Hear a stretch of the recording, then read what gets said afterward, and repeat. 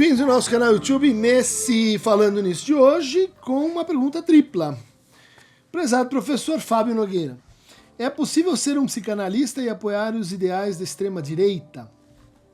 Tenho na minha ideia de que não. Se puder comentar, eu agradeço. Mohamed Dias, o Bolsonaro não representa aquilo que as pessoas não podem falar em público, mas que elas internalizam para si? Não seria a representação dos milhões de pessoas que veem no Bolsonaro uma transfiguração de si? Faz um vídeo sobre isso, tá? Pergunta o Mohamed Dias. Glória Malvestiti. Caro Dunker, percebe-se quanto suas interpretações estão comprometidas com as ideologias. Papel que não cabe a um psicanalista. Lamento ter feito mau uso do nome de Freud quando compara sua atitude de pegar uma biografia do Bolsonaro para analisar fatos da vida de uma pessoa que sequer passou pelo seu consultório. Quando Freud faz uso da obra de Schreber, ele faz uso do discurso e estrutura de sua teoria sobre a paranoia. Tem outros usos também, né? Não aceitarei que o senhor me despoje da fala tal qual o sádico faz. Se consultar o seminário 16 de Lacan, terá claramente posto em palavras como funciona a estrutura perversa. Um psicanalista só pode falar de si, jamais de outro. Então você está falando de si, de outro? Não entendi muito a sua colocação. Fora desse lugar, tudo passa pelo semblante. Glória Malvestiti. Bom, acho que vamos começar com esse comentário, né? De que, assim, a gente não poderia se apoiar em biografias, como Freud fez em relação ao Schreber. E como Freud fez, ainda que isso seja, assim, discutível do ponto de vista da extensão e da participação dele, né? Exatamente em que medida, com o presidente americano, Woodrow Wilson.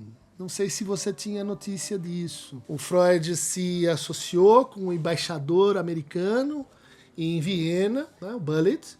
Eles começam a escrever um processo de leitura e entendimento de como o presidente americano funcionava em alguns aspectos, inclusive considerando a importância do pai, do Woodrow Wilson, e como e por que ele teria sido tão assim hesitante em fazer os Estados Unidos tomarem parte na Liga das Nações, o que foi um dos motivos que concorreram para a Segunda Guerra Mundial, né? Então, se você quer um exemplo mais pungente, no Freud essa análise que ele faz da biografia do Woodrow Wilson, né? E não só apoiando no texto, né, mas apoiando ali nos dados, nos jornais, nas coisas que eram ditas sobre ele à época. Muitos outros psicanalistas fazem intervenções, mas veja só, eu concordo com assim, um certo espírito da tua colocação, da gente não sair por aí, né, propondo interpretações, leituras da vida das pessoas, né? Mas, neste caso, nós estamos falando de uma pessoa pública, né, que usa aspectos da sua vida privada, inclusive usa linguagem de vida privada, né, do tipo, caguei para a CPI, né, no exercício da sua função. Então, em geral, a gente se abstém, eu concordo contigo, de se pronunciar clinicamente sobre pessoas que estão assim em cargos públicos, mas estou justificando isso. Estou dizendo quais são as razões específicas, né, atinentes a essa situação. Você está insinuando que eu, ao fazer isso, sou perverso? Eu acho que aí você está praticando aquilo que você criticou em mim, estando eu falso ou não. Você está invocando Lacan para, sim, argumento de autoridade? Isso, nesse canal, não funciona, não é assim. A gente estuda, a gente argumenta, né? Se eu fiz uso do nome de Freud, né? Que subserviência é essa? Mau uso do nome da pessoa? Você pode dizer, eu fiz mau uso de um conceito, você não concorda que as minhas críticas sobre a paranoia sistêmica que o presidente promove, é uma boa expressão para isso. Se você não concorda que existe uma regressão em curso no discurso, né, desse presidente, você pode argumentar, né? Se você tem leituras, a gente pode discutir. Mas dizer quem tem a prerrogativa no uso do nome da pessoa, isso é argumento familiarista, né? Isso é argumento possessivista. Eu sou o dono, você não é o dono. Eu sou assim que pode mais, você pode menos. Não é assim. Não é assim que a gente discute, não é assim que a gente critica, né? E isso se conecta com as outras perguntas, né? Quer dizer, deve um psicanalista opinar em matéria de política? Tem lá a parte do Seminário 7, você deve conhecer, né? Em que o Lacan diz, olha, lendo, enfim, eu não estou defendendo a indiferença em matéria de política, né? Bom, e ele lá questiona a esquerda e a direita, né?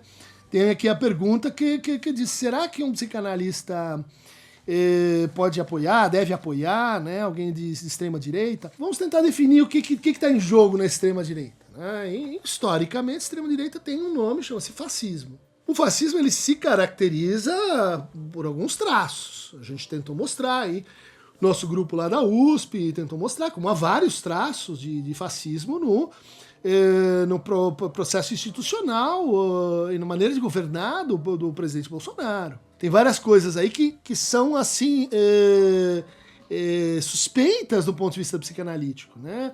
A incitação às milícias, né? A agressão discursiva aos outros, né? Quer dizer, o uso da violência como método. Você pode dizer, não, mas são opiniões, né? O caso do fascismo é complicado, porque ele num certo sentido, é uma posição política, num outro sentido, ele não é uma posição política. Ele é uma espécie de recusa da política, uma antipolítica. E é o que a gente vai encontrar explicitamente na eleição de Bolsonaro. Quer dizer, vou passar por cima de tudo isso aí, eu vou fechar o Congresso, eu não vou respeitar a Constituição, a minha Constituição, o meu exército. Quer dizer, são declarações, e pra gente as declarações contam. Se você disser assim, não, mas o que ele fez efetivamente, ele só tá falando pra psicanálise, não tem essa, ele só tá falando.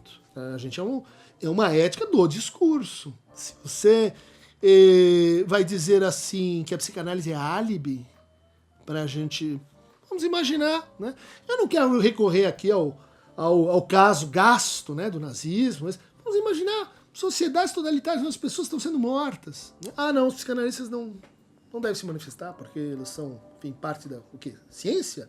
Clube dos Anjos? Acho que no nosso caso específico, e veja, eu vou tentar demonstrar, né, não é admissível, né, que alguém apoie um sujeito que defende a violência, que defende, por exemplo, indiretamente, a prática da abstinência sexual como planejamento familiar. Por quê? Né?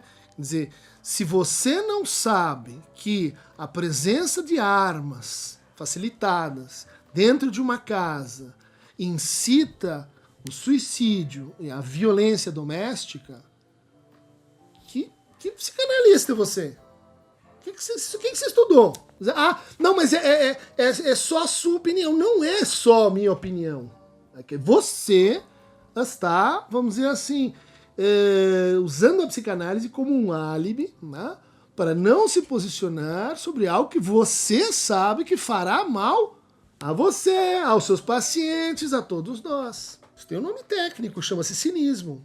Né? Então, assim, a gente se abstém. Por quê? Porque eu tô assim, de fora, só observando. É isso a atitude do psicanalista? É isso está à altura da sua época?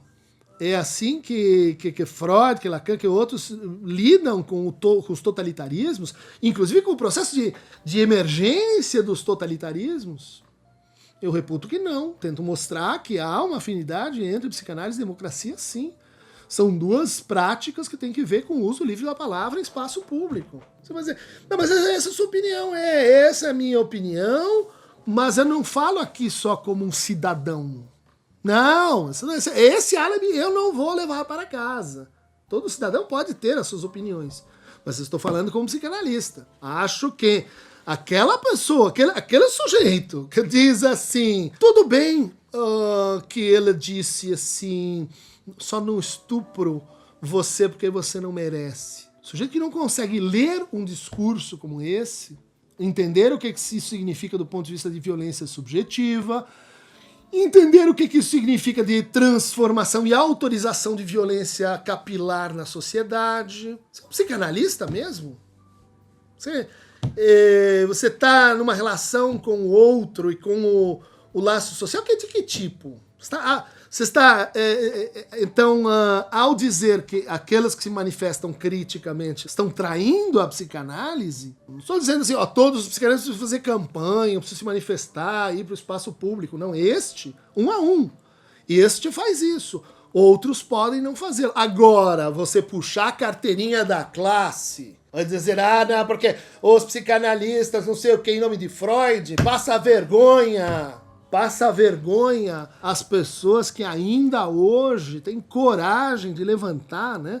Se perguntar que, não, mas a psicanálise ela não pode se envolver com ideologias. Como se isso não fosse uma ideologia do não envolvimento. Nós estamos falando agora não mais em prognóstico.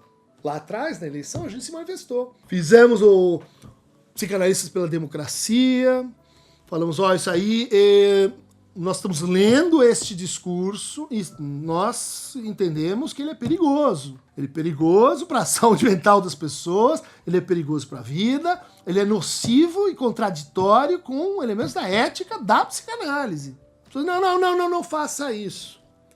Agora eu quero ver em quem a gente vai depositar as mortes que esse sujeito produziu em função da maneira como se conduziu durante a crise da Covid. Você que ficou em casa embaixo do cobertor, dizendo, para de se meter com política, agora eu vou pôr na sua conta. Agora eu vou dizer, são 530 mil mortos. Quem colaborou para isso? Fomos nós? Tentamos advertir as pessoas, peraí, cuidado, e esse ministro de Relações Exteriores, isso não vai dar certo, e esse ministro do ambiente, isso vai dar errado, Damares, isso é retrocesso, na cultura, o sujeito fazendo declaração com o hino nazista ao fundo, e você defendendo isso da maneira covarde, dizendo que a psicanálise não tem nada a ver com política. Eu vou aqui para um Mohamed Dias. Eu acho que ela tem muita razão em dizer assim, dentro do bolsonarismo, e não é só uma pessoa, né? Quer dizer, não estou analisando, você acha que a gente está analisando a vida pessoal da pessoa? Não. Está analisando um discurso. O bolsonarismo é um discurso, ele pega nas pessoas, ele, como diz, né, o Mohamed, ele cria uma transfiguração, né? Ele explora aquele pequeno Bolsonaro que existe dentro de todos nós. Ele tá lá. Adorno já mostrou isso, né? Quer dizer, se você vai escavando, você vai ecoando o pior, né, das pessoas, se você vai implantando uma moralidade da segurança e do inimigo externo, do inimigo interno, se você vai, assim, dizendo que as crianças, as mulheres são ameaçadas, se você vai paranoidizando o ambiente político, você cria engajamentos. Você cria o quê? Mobilizações. As falas de Bolsonaro sobre a sexualidade, vamos chamar assim, né? Do tamanho dos órgãos genitais, ao ministro gay porque corta o chocolate, né?